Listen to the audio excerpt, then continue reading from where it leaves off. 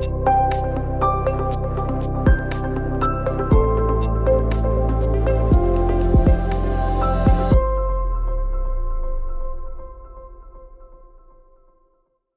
everyone, I'm Jay Shear with Jay Shear Business Consulting. We build solid foundations for service-based businesses, and you've joined Business Builder Coffee Chat. In order to level up in business and achieve better performance and results, we need the right tools, strategies, and team. On this episode, we're going to be talking about what it takes to scale greater heights in your life and business. Our guest is a global adventurer, humanitarian, entrepreneur, keynote speaker, and author of 3 books. He's climbed the tallest mountain on every continent, including Mount Everest. He's kite surfed on every major ocean on the planet, traveled to 67 countries, and has funded his adventures with businesses he started and sold. Did I mention he's also an Eagle Scout? He's spoken to nearly 1 million live audience members and 10 million online viewers, and has been featured in dozens of prestigious media outlets, including 60 Minutes, The Weather Channel, and the New York Times. Please welcome the author of the recently released book, The Warrior Challenge: 8 Quests for Boys to Grow Up with Kindness, Courage, and Grit, John Beede. John, welcome. Jay, thank you so much for having me to the show and for that awesome welcome. Thank you. Absolutely. Well, I'm grateful for you being here today. Thank you so much. So, John, several nouns were used to describe you in the intro. And many times we self-identify with our work, a title or a description versus who we truly are. So if we could, let's start with who you are and maybe a thumbnail sketch of your journey and what led you to the work that you do today.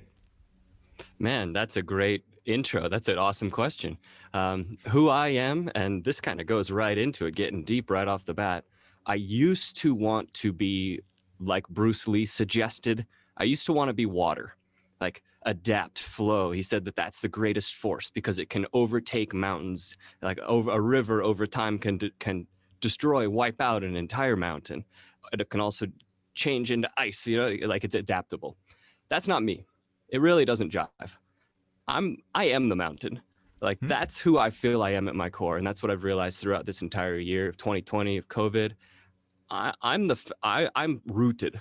I'm the foundation. And if stuff happens that erodes me over time, so be it. But I'm about rooting, and I'm about connecting through that rooting. And if chaos flurries around me, so it's fine. Like it can be chaotic, but I'm rooted, and I'm the unwavered person, if you will. So that's like, to get to an identity question, that's really what I've discovered through all my adventures, climbing, kite surfing, building businesses throughout this year, and relationships, successful and not. That's the core of who I am.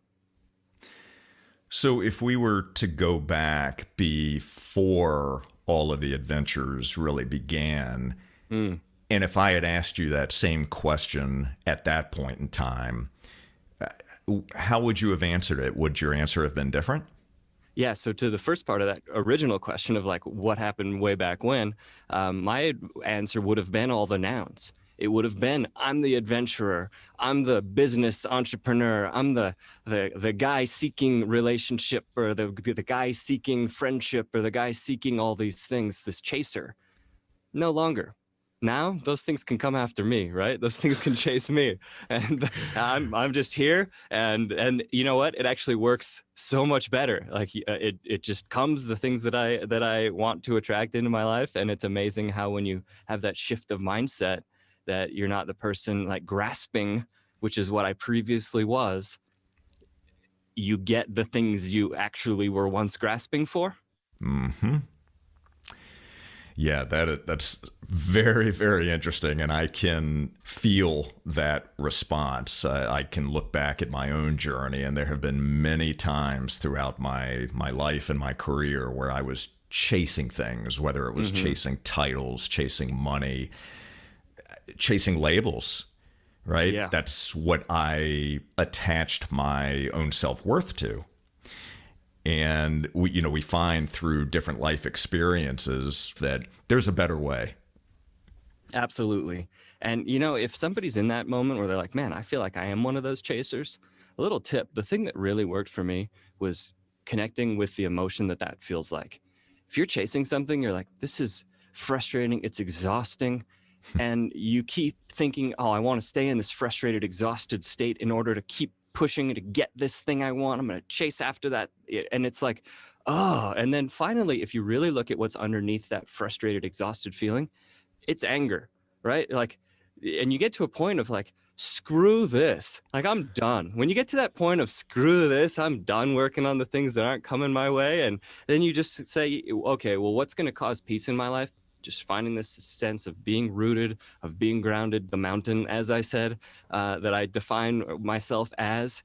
Then you're like, okay, and now finally I found the peace. And it's not by avoiding anger. Like our society has such a thing of like, ooh, anger's bad. Don't allow yourself to have that. Don't express the anger in ways that are hurtful or painful towards others, of course. Don't take your anger out on others, but recognize it when it's there, see it, and notice that your anger is telling you something, that it's a message that's telling your body something needs to change. And if you're courageous enough to listen to what that emotion is, then you can find that message, which is usually you're wearing yourself out. Root, plant, rest, take time for you, take time for your family. And from that place, you'll have such a stronger grounding to actually have efficacy and an ability to create change in the world and the result that you're going for. Beautiful point. So much we can learn from nature, right? Yeah, yeah, yeah. Yeah, that's amazing. So I would love to jump right into your latest book. So Sure. you outline three different training phases: weapons mastery, defensive upgrades, and battle tactics, along with 8 challenges. So share with us what the genesis was of the book, the lessons that you convey, and why this is an important book. Sure. So the genesis of the book had 2 facets. The publisher, Penguin Random House, wanted a tool for young men to grow up as boys who don't become a part of the problem that created the Me Too movement. That was their interest, and then they were looking for someone who was going to bring a message of what is a positive way to be a young man in today's world. Well, there's no way to be a positive young boy or girl or any gender. It's just how do you be a good human being? And that's what I define a warrior as: somebody who's able to look after themselves and somebody who's able to affect change by protecting and looking after their tribe, their people. That's a warrior. So these 3 training phases of weapons mastery is first being able to look after yourself. If you can't handle you, there's no way you have any, not only right to look after people, but ability to look after others.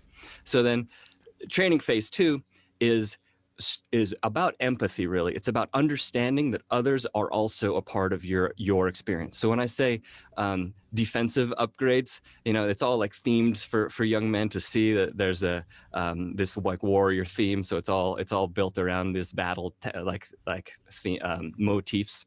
And then the third one is actually where you create change in the world, and this is your battle tactics. Like, how are you actually going to take your understanding of self and your understanding of others, and then what are you going to do with that? What's your mission? What's your purpose in life, and how are you going to improve the world as a result of your presence here? So let's dig a little bit deeper You got and it. let's talk about each of the challenges for a moment. And you've done a really outstanding job of not only articulating the challenge itself, right? But then tying it to a real world story, right? With real world heroes. Yeah. And so talk about that for a moment and what it was like writing the book, what that process was like for you. And then if you could just give us maybe a synopsis of each of those challenges. And then also, if you would, tell us who the ideal audience is for this. Sure. Well, I'll start with that one. The ideal audience is young men ages 10 to 16. That's who it's written for. Yet, all of these messages, like I said, work for ages, and it's not like humans are like if you're a 38-year-old guy like myself. Actually, I'm 37. I forget how old I am. um, I still have a young man in me. I still have a boy in me, right? That person is still there, and I still need the values that are throughout the book. So if there's a parent that has a young man in their life, if there's a grandparent, if there's an uncle or an aunt who has a young man of this age range, don't just hand this book to them because it will change their life. And that would be a great thing, but that's like the lowest level. But a step above that is to go through this book with them and hold yourself up to these challenges and ask, does the young warrior in me live up to these challenges and these traits? Like, that would be the ideal audience, is a parent or a teacher going through this book together. So that's the second part of the question. First part of the question, you want to dive into these, right? Like, why is it laid out how it is? Please, and give us kind of a thumbnail sketch of each of the challenges. Yeah, you got it. I knew that some of these ideas, like self-awareness and choosing values and stepping up, making a decision to set boundaries, vulnerability, these are pretty intense subjects. And how do you get a 10 to 16-year-old boy interested in these things? How do you get kids like wanting to read these? Well, you find world-class, amazing heroes who have lived and exemplified these very traits. So challenge one is to step up. And I have a Maasai warrior. That's how the book starts, as a Maasai warrior challenging the reader by putting a spear into his face. You're like, wake up by this campfire in the middle of Tanzania, and he's a real guy. His name is Kakuta Hamisi. He's the head of the Maasai Association, and the warrior challenges you to hunt a lion. And you're like, this is the rite of passage. This is what young men used to have to go through, is this. Here's the challenge that if you want to be an adult warrior in our culture, you must complete this challenge. I want to put young men through that today. Not hunting lions, of course, but that's what this book is. Challenge two is to learn to become self-aware. And so Danny Way is a professional skateboarder who jumped over the Great Wall of China.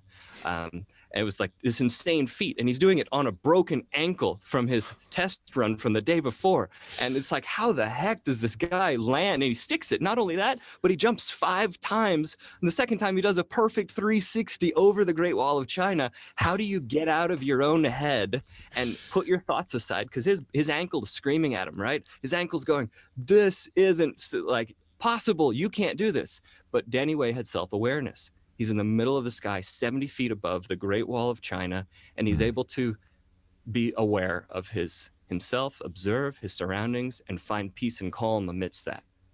Like, can we all say that we've been there this year? I don't think that we can, and this is why it's like for everybody, right? Incredible. Challenge 3 is to shift your finish line, and that's my cool way of saying choose what your values are. And here there's Dennis Hollenbeck is an off-road racer who's barreling down the Baja Peninsula in a Volkswagen Beetle in the Baja Mill. It's an off-road racing tournament, right? And he doesn't finish the race on time, but he ends up gaining support for his cause, which was to support a battered women's and children's shelter. And so it's not about getting to other people's finish lines, what they say is important in life, just because there's a checkered flag that somebody else has put up there. He knew that his goal was to support the shelter. And actually, by failing, he got more attention than he otherwise, failing at the race, so to speak, in air quotes, if you're just listening to this. By failing at that race, he raised money more than he would have got because of the attention for the shelter. So he actually won the real race. How do you find out what your actual finish line is in life? What are your values? Then I talk about my experience climbing Mount Everest. I come across a man who was on his last breath, and it sent me into an emotional whirlwind, confronting some of the worst parts of myself. Why was I not enough to save this guy? How come like this horrible experience happened that I thought was going to be this huge, big success of me like triumphing on top of Mount Everest, and turns out to be this thing that created post-traumatic stress disorder. And my process of overcoming that teaches vulnerability. How do you find the right people to speak to when things hurt in life? And how do you come to life with the courage to actually say, this hurts, to the right people? Huge lesson. But why do we wait until we're 50, 60, 70 years old to learn that lesson? Let's teach that to boys and kids now so that they don't have the issues that the rest of us know that hurt in life. Challenge 4 is about setting boundaries. And this is following my friend Wally Sturbu, who escaped from a communist country by covering his body in seal blubber in order to swim across the icy Danube River. He made it like a makeshift wetsuit and won his freedom. He said, that's not for me. That's not the life I want. That's the life I want. And he became a firefighter in Chicago. And he set a boundary, said, nope, that's not my deal. How do you set boundaries in life? Challenge 5 is about choosing your battle crew. Here I tell the story of Tommy Caldwell and Kevin Jorgensen as they climb the hardest rock climb on Earth in Yosemite. It's the Dawn Wall. There's a film on Netflix about it, but like going into some of these details about what it actually took I'm a climber, so from a climber's perspective, it's like, this was insane. It was the coolest climb ever. And they only succeeded by pairing up, by using each other's strengths, by recognizing each other's strengths, and becoming stronger as a result of those places where the other was weak. That's how they made it to the top of the hardest climb ever. How do you find people who will lift you up, help you get to those high places in life, and not drag you down?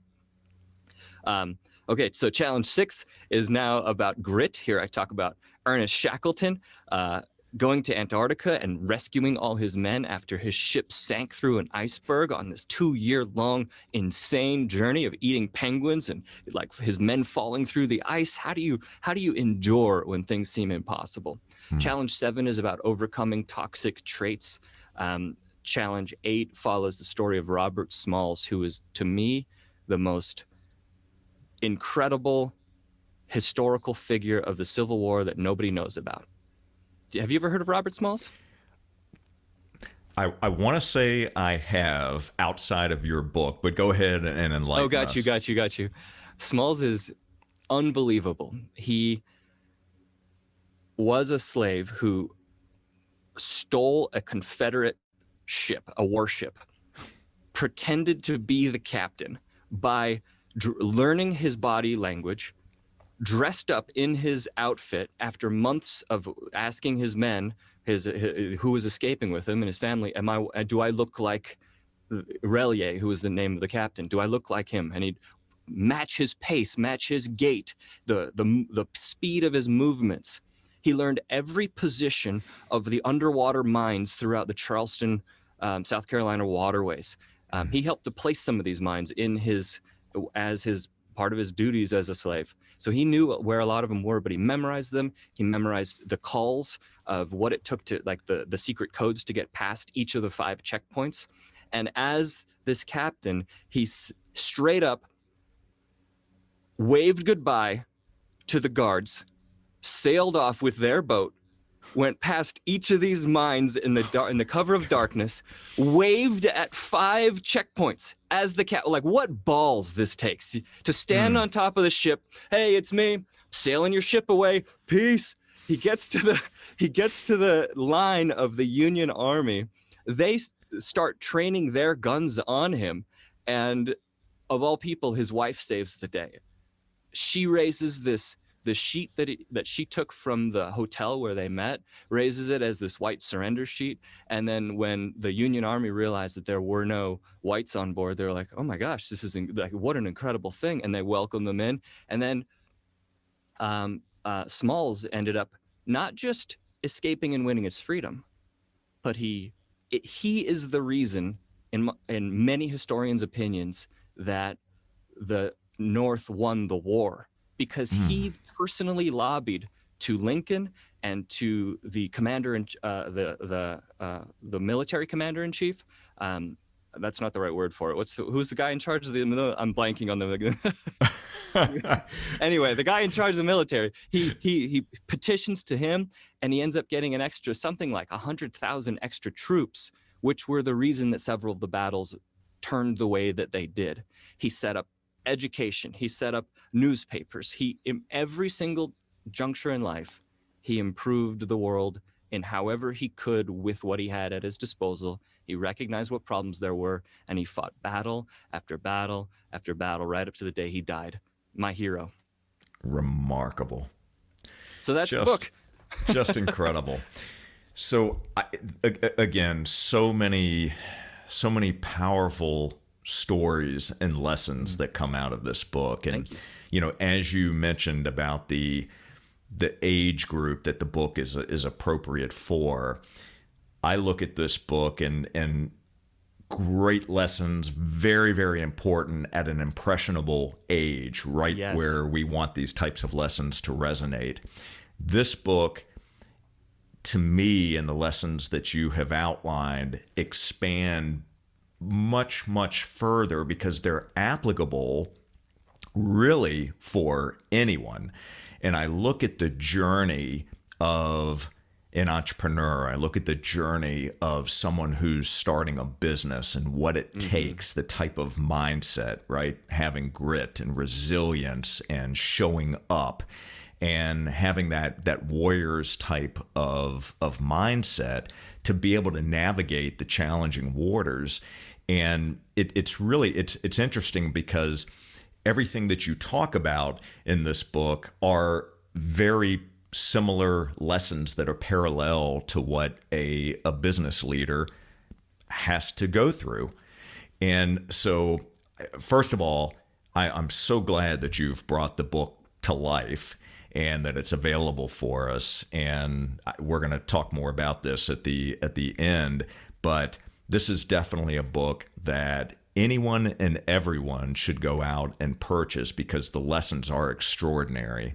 Thank you for that encouragement and for that word and for that belief in it. And you're absolutely right.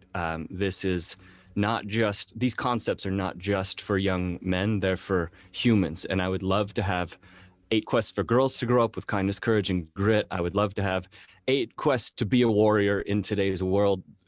Those are future editions that I hope to create one day. This is just where I had to start, right? But you can feel like not only I'm sure my passion, but I can feel from you that you see the importance of these things in entrepreneurship and in life. Absolutely, no question. So I want to shift for a moment to something that I am sure that you have experienced at one time or another. And psychologist Mihai Csikszentmihalyi, I believe that's how you pronounce his last name. So he named the concept of flow. Right. And flow states can lead to greater creativity, productivity, and happiness. So can you describe for us what the experience is like being in a flow state? And are you able to cultivate a flow state while you're not on an adventure? That's an awesome question. What does the experience of flow look like? It's when time stands still, yet once it's gone, or once that moment has finally passed that has been standing still, it went by incredibly fast. And it could be a few seconds that you're in flow state, but that's why I loved, and what I found from the mountains was that I would be only there. Time would be standing still as I was climbing these mountains. And I wasn't worried about what was going on back home. I wasn't worried about what the camp would look like in the future or what camp I had just left. I was only there in that moment, taking those steps higher and higher into the most beautiful, like you're above the clouds and you're looking down on the curvature of the earth below you. You've got these massive rocky peaks that you're looking down on that are thousands of feet tall, yet still there's another like 3,000 feet of climb still to come above you.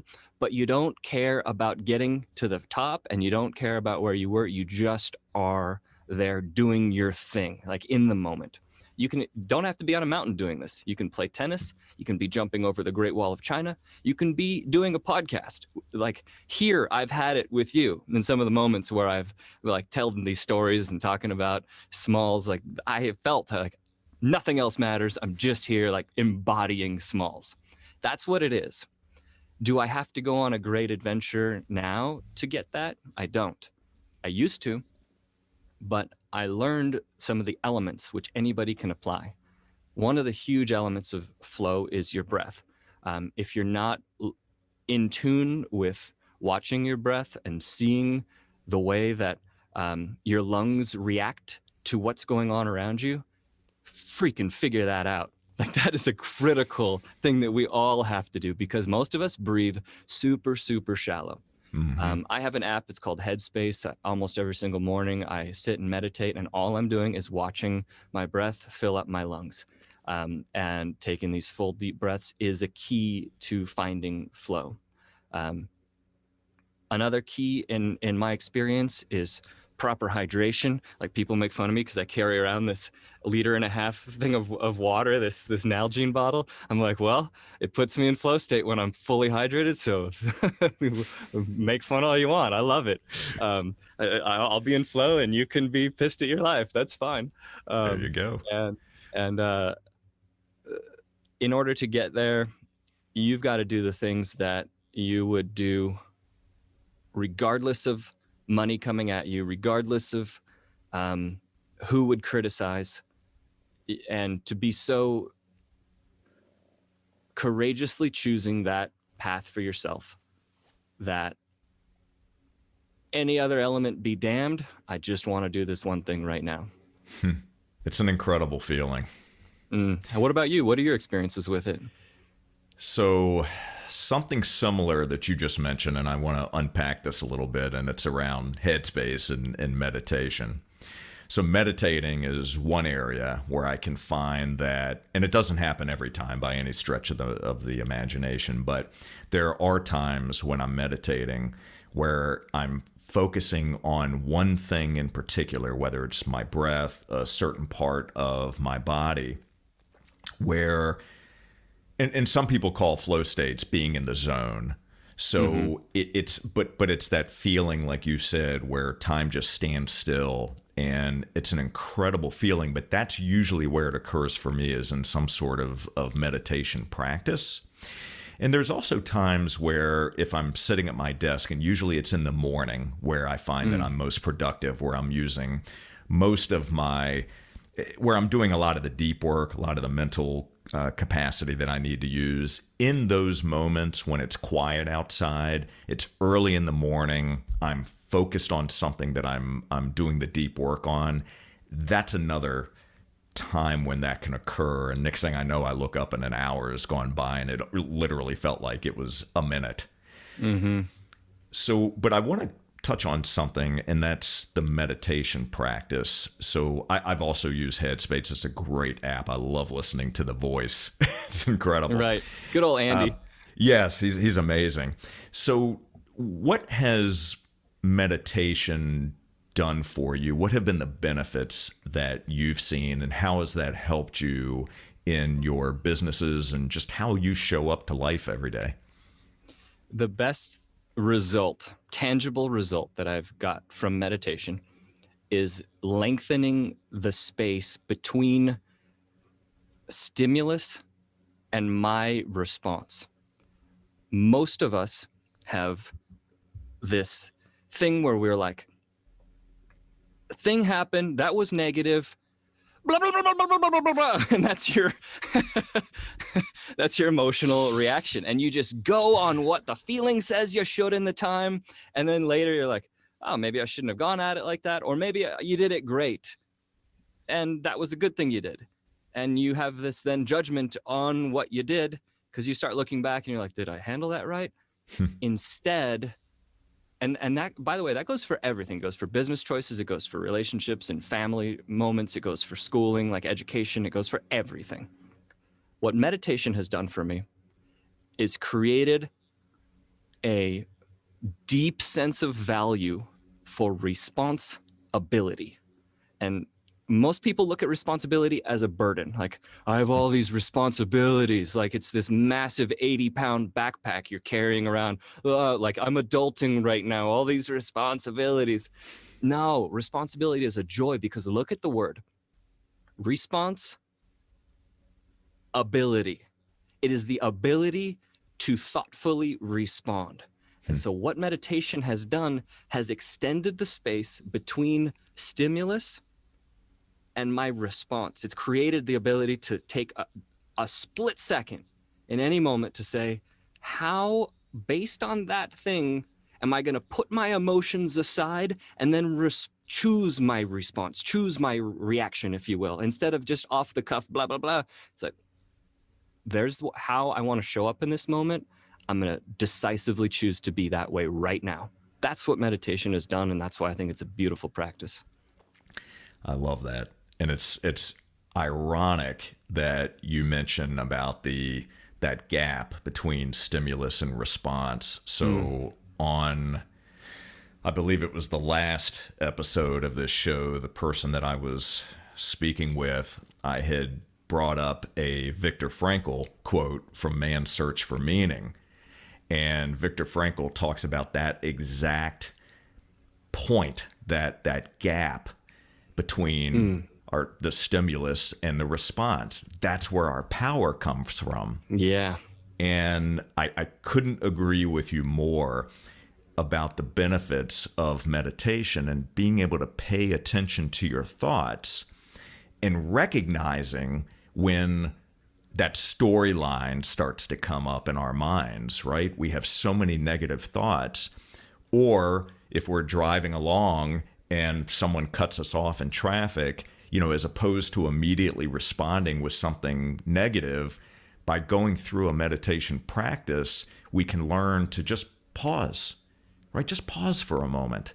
And as opposed to being pulled into a situation, let's think about this. And so that is very powerful. And I appreciate you expressing it the way that you did. Thanks for, it's really cool when somebody has that same level of awareness, and you can, like, that you appreciate that. And thanks for recognizing that. Oh, absolutely. So in what ways have your adventures helped you achieve greater success in your own businesses? In what ways have my adventures helped me achieve greater success? So I started as a motivational speaker when I was in my early 20s, speaking to middle school and high school students, and I would just talk about rock climbing. And all I wanted to do was help young people who had a hard time in their teen years, because I didn't have the best experience in high school and middle school, and I wanted to go on adventures. And I built a life where the larger adventure I went on, I then had a better story to tell in these motivational speeches. And then the better I got as a motivational speaker, the more money I had to be able to go on bigger adventures. And so I had this really amazing cycle to where now I've spoken in 7 countries, 48 US states. If anybody out there knows somebody in Vermont or Hawaii that needs a speaker, I'm your guy. Those are the 2 I can't get. I don't know why. Through these adventures as well, I've met incredible people who have been the stories that I've featured in the books that I've written. And I've learned these lessons talking to the highest of high achievers. I mean, people who are wanting to climb the world's biggest mountains. That takes a serious mindset to be able to believe in yourself that much to go through the training, to be able to get the funding some way or another, whether some sponsored, or people like me who pay for it themselves. These are some high achieving human beings. To be surrounded by folks like that and to be able to learn and grow as a human being and have these connective experiences has in turn brought a better, more decisive, high achieving person to my business. Each adventure I go on, I bring a better person back to the business. And every time I succeed in business, I go on some different adventure. So that's my life. Love it. What a great cycle to be on. Always learning and growing, challenging yourself, and coming back a better human being. What a great place to be. That's all we have, right? I always say that whoever you bring to the mountain will magnify that person. So if you, people laugh, I say, like, if you show up at the mountain as an asshole, you're going to come back a bigger asshole. If you show up as somebody who's looking to grow and connect and be a teammate, you're going to go back to your life as someone who has grown and knows how to connect and is a better teammate to the people who are in your life. Absolutely. So the word mindset has come up a couple of times so far in this conversation, sure. And I want to talk about that for a moment. I can only begin to fathom what the physical training and preparation must be like. But speak to that for a moment. When you look at the preparation prior to or during the planning phase of whatever adventure you're going to be going on, how much of that preparation is physical versus mental? The mental preparation comes as a result of the physical, in my experience, when it comes to mountaineering. So physical comes first, not because it's the most important, but because that's what leads to the mental growth. So I consider my body to be my greatest piece of equipment in the mountains.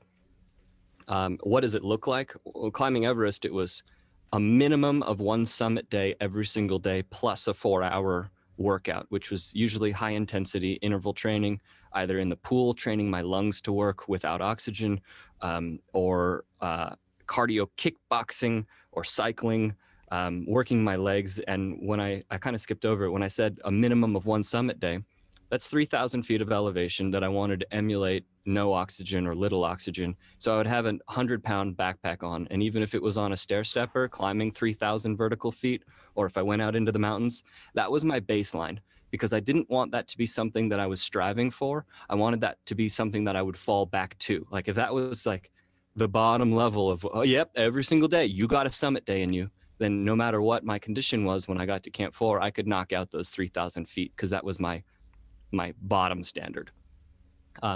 So that's what training looks like. But then by being in that level of physical intensity, you're going, okay, my body's exhausted. I'm growing. I can see the results in the mirror, of course. And I'm like seeing that I'm getting stronger, and what used to be really, really difficult is now easy. And suddenly you're in that mindset space already. You're like, hey, like you get into this naive thing of like, hey, look at me. And then, well, suddenly that's like a positive thought. That's a little bit of self-love right there, or you're going, oh yeah, what used to be hard is now easy. Well, that's a thought of actually this little negative mindset that I have of I'm not enough. Screw that. I actually am enough. And I just proved it. Right. So that physical training helped immensely with getting me to the mental state. And then it just comes down to the research. Do you know your route? Do you know how to use this technical equipment? Are you educated enough to know how to stop a fall, or to tie the right knots, or to take steps in a way that conserves energy? All of these things come from getting your body right first. And that's why Richard Branson says, as an entrepreneur, like he was asked, what's the most important thing for any entrepreneur? He says exercise. That's his answer. Seems so simple, right? Yeah. And it's like we all want these like massive giant tips of like, let's get into 3,000 pages of literature of how to be a leader. Well, why don't you just start exercising? See what that does. Start there. Make it easy. Yeah, I like to call those the building blocks. Mm, And, once we start to put those building blocks in place, the foundational components of the business, we start to develop momentum. And yes, momentum becomes our friend. yes, absolutely. Um, in climbing mountains, sometimes I go and I think, I don't know if I'm up for this. Like, where's my drive? Where's like, oh, let's go for it. And then suddenly I take 10 steps down the trail and I'm like, okay, this is actually a little bit fun. and, and then I like start chatting with the people I'm with, my teammates, and I'm like, you people are cool. You guys are awesome. And then next thing you know, I'm 16 days later on an expedition, loving Mm. it because I just got the ball rolling. I started with those first few steps. Even if I didn't feel like it, I just made the momentum start. Love that. It's on a very, very simple level. It's that it's the morning time. It's time to get out of bed, Yeah. but you also know that it's cold out there, right? It's not the Yeah. same temperature as it is under those sheets, but we have to just take that first step. And when we can do that, right, when we can actually take the smallest of actions, they start to build on one another. And then by the end of the day, you look back and you're just amazed at what you've been able to accomplish by doing the incremental small things, one right Mm-hmm. after the other. Absolutely. Yeah. So, in the current state that we are right now with COVID-19, how has that impacted your business and your ability to do things that you enjoy doing? And how are you adapting? What's going well for you? And what advice would you share with other business leaders and entrepreneurs? Um, how has it affected me? It wiped out all ability for speaking. I mean, that was my primary source of income for 17 years, 16 years, and events don't exist. There are no crowds gathering, and they're certainly not hiring speakers when they are. Um, so, income wise, wiped it out. I was in a long distance relationship, ended the relationship, couldn't travel. All right. Um, what did it look like for exercise? I got fat. I put on weight. like there were a few months of of fully reacting and not living by any of the things that I'm talking about here and failing at it. I mean, I got sucked into the negativity of the news cycle and got really fearful. What did I how did that shift and what does it look like now? I'm seeing incredible silver linings even with everything negative that's going on, and it in no way devalues the weight of those things going on. But I'm choosing to see that, hey, creating a YouTube video can get millions of views versus a few hundred or thousand audience members that I previously would speak to. I'm seeing that I now have time to create courses that I've always wanted to do, but I was always on an airplane going somewhere. And I can actually teach more than the 30 to 45 minutes that usually I'm allotted for a keynote. Now I can dig in and go deep. I can connect with people like you in podcast format. Here, we've been having this beautiful conversation for close to an hour that I wasn't doing podcasts before this. So I'm saying, okay, that sucked, that hurt. Yet, how do I not wallow in the pain and instead choose to step up to an even bigger level?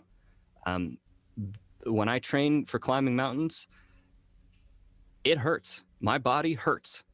And I kind of said, like, that's what's going on a spiritual level for myself.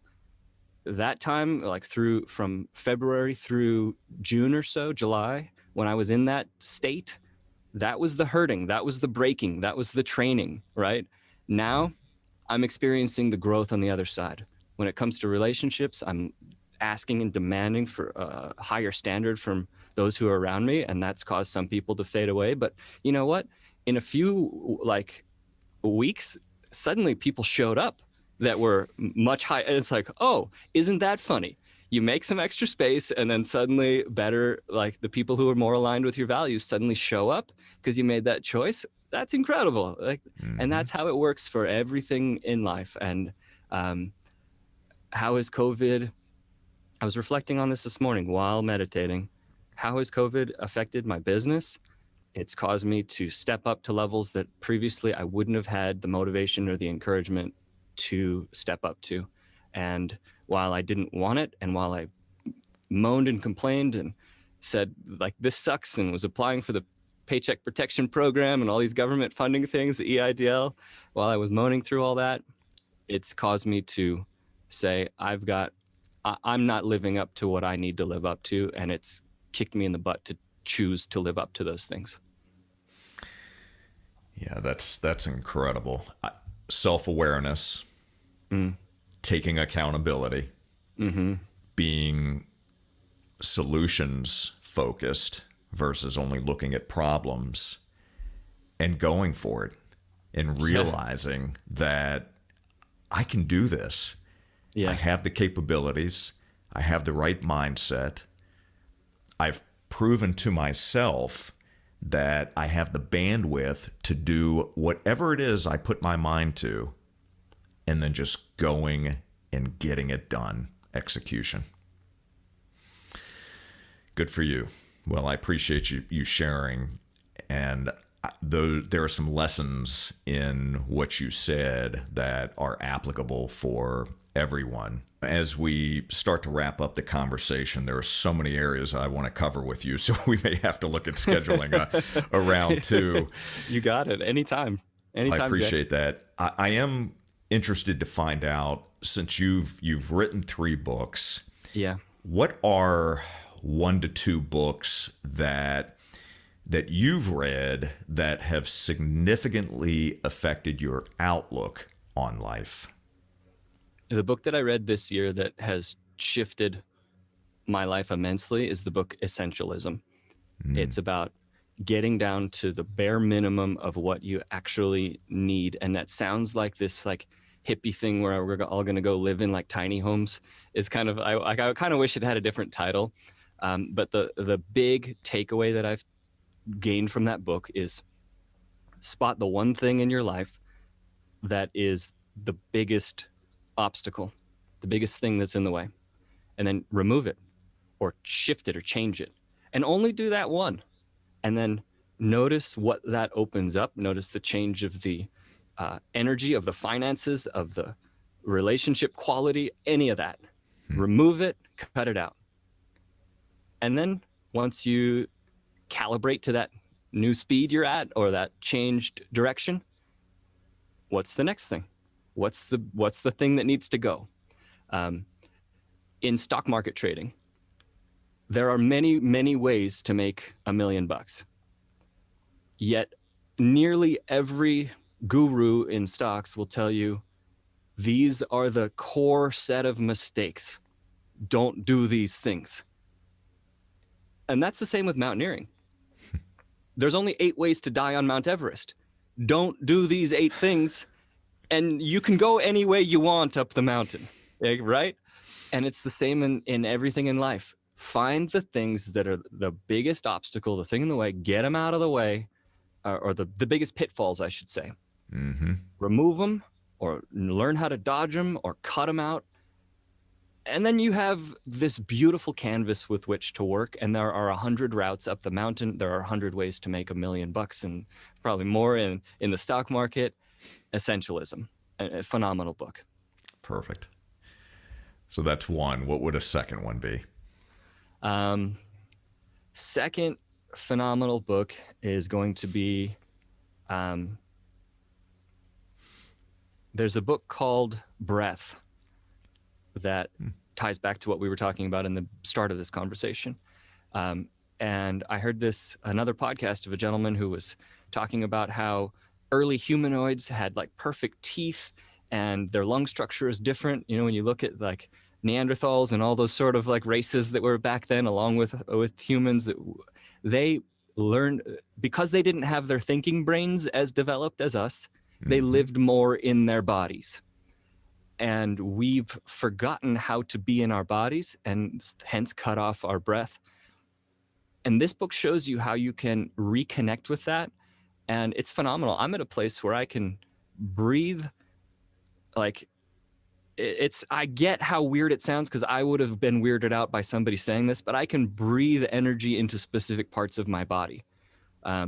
Like, I can say, oh, my arm is hurting, and I can take a breath and send that like vibe or that energy to that part of my body. And it sounds super weird and hippie, but it's like, it's a real thing that we've just forgotten, because nobody's talked about this since thousands of years ago. Like, it wasn't a part of us because we start thinking too much, and we're not, like Sir Ken Robinson, educator who just passed away, says. He was like, we're not these brains that are just being carried around by an extraneous body that has nothing to do with the brain. It's all connected. It's all a part of the same nervous system.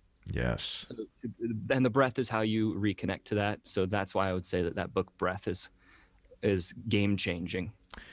Perfect. Well, I listened to, if it wasn't the same interview that you listened to, it was an interview with that same author, but perhaps on a different podcast. And when he was talking about what you alluded to, about the breath and about cavemen and the teeth, and how breathing, right, impacted their teeth and gums, which is why their teeth were so straight, and so many other aspects that are impacted by breathing. I was just enthralled. So thank you for suggesting that. That may be one I'm going to have to go ahead and jump into myself. It's definitely worth it, Jay.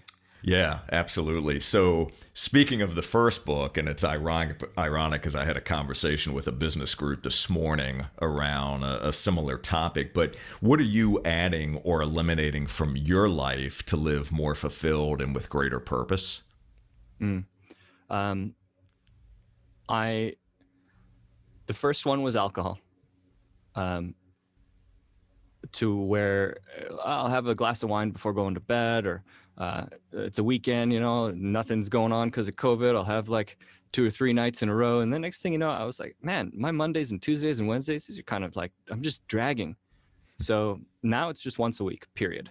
That's it. And that works for me. The second one that I eliminated was infrequent sleep.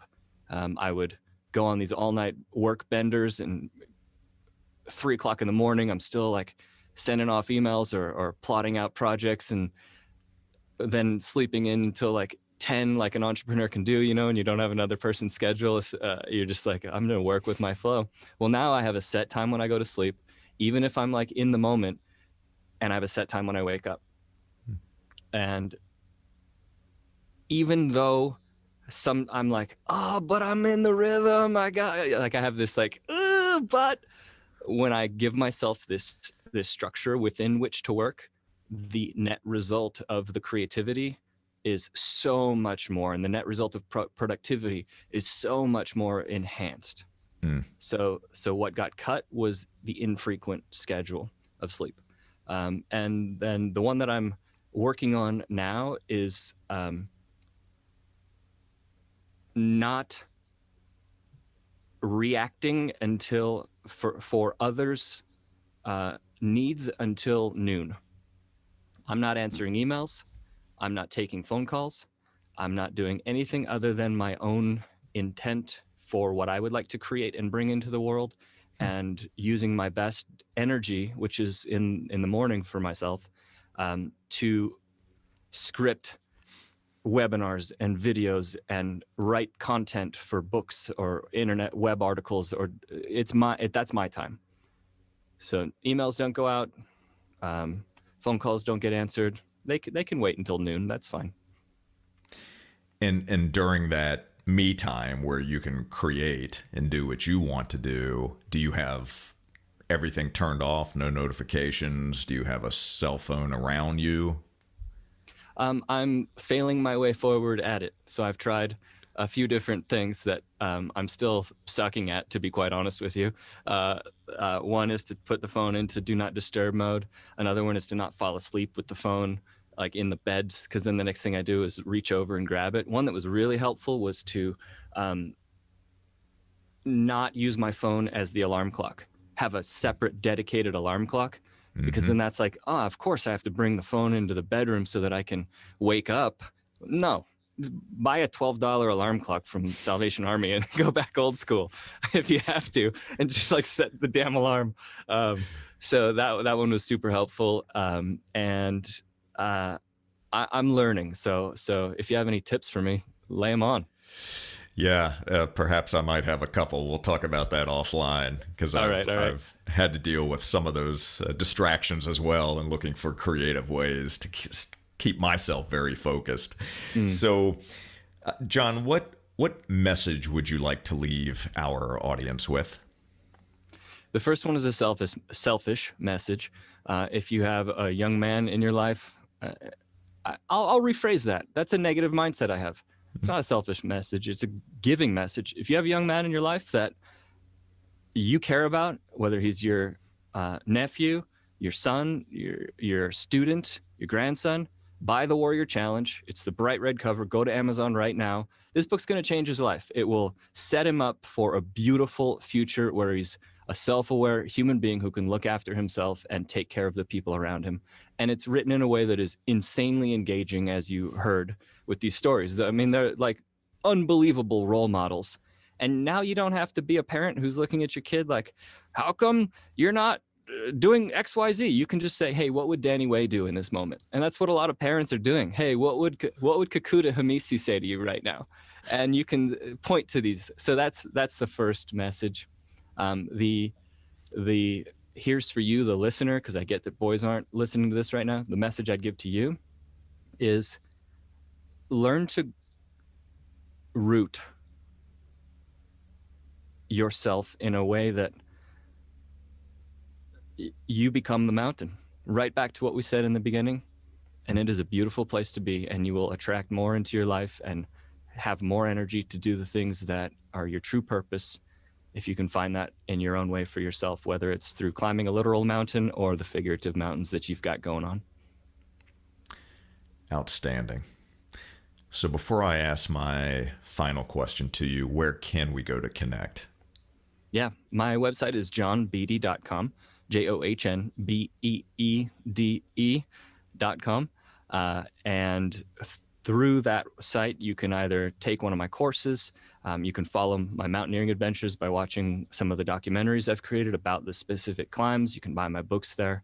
I'm also on all social media. It's at John Beede, JohnBeede, and reach out. Let me know if you enjoyed this, or post a little quote of what you loved.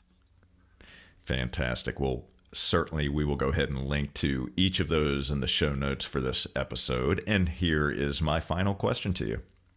Let's do it. So, what are the top 2 to 3 lessons that you've learned from failure that have had the greatest impact on you? Wow.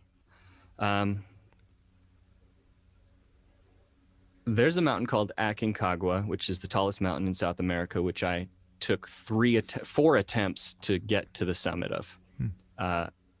And it's thought to be not as difficult as Everest even, yet I kept failing at getting up this one. What did I learn from it in each? So you said 2 to 3, so I failed each time. So I'll tell you what I learned on each one. Please. On the first one is that I'm made of more than I give myself credit for. When you come to mountains like this that take 15 days, 20 days to climb, like the normal city dwelling person has no idea how massive these things are. And that was my frame. I mean, I had climbed Colorado 14,000 foot mountains thinking, it's just a few thousand big. No. These mountains are enormous. And when I saw that coming from these tiny little mountains I had climbed in the States, I was like, I'm not good enough for this. I can't make it up. And I made it higher than I thought I could. Like, I thought I'd be turned around at base camp, and then I ended up getting up to the high camp before a storm came in, and I knew I would have summited. But a storm came in, and I decided then I wasn't going to climb, and it was the right decision. 3 people passed away in that storm who did try to climb. So I ended up realizing from that, not only am I physically stronger than I think, but I'm emotionally, I'm wisdom stronger than I think. The next thing that I learned on the second failure is just because you earned it once doesn't mean you can just randomly show back up and you'll be there in the same caliber. I didn't train hard enough. And physically, I wasn't there. I just thought, yeah, I know what that mountain is. I'll just go right back to it. Wasn't ready. Don't take it for granted.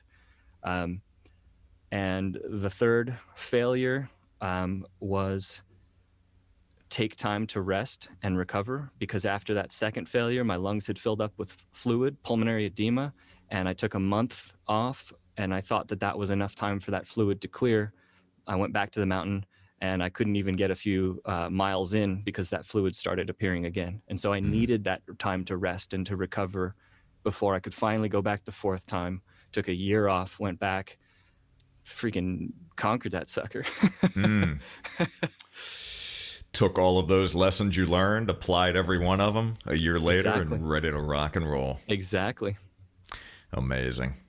Beautiful. Thank you so much for sharing those lessons with us. I appreciate it. And also thank you very much for being here today, for giving of your time, for sharing your insights, for sharing of your wisdom, and showing up your true authentic self. I appreciate it. I've thoroughly enjoyed not only the conversation, but also researching you. And I look forward to seeing where this relationship can continue to blossom and grow. So thank you. Thank you, Jay. Joy to be here. Thanks for your insightful questions and for having the space to create this conversation. It's been a real joy. Absolutely. And for the rest of you, thank you very much for watching. To enjoy more episodes and to learn how Jay Shear Business Consulting can build a solid foundation for your service-based business, visit jayshearbusinessconsulting.com. And until next time, keep learning and growing, and we'll see you on the next Business Builder Coffee Chat. Take care.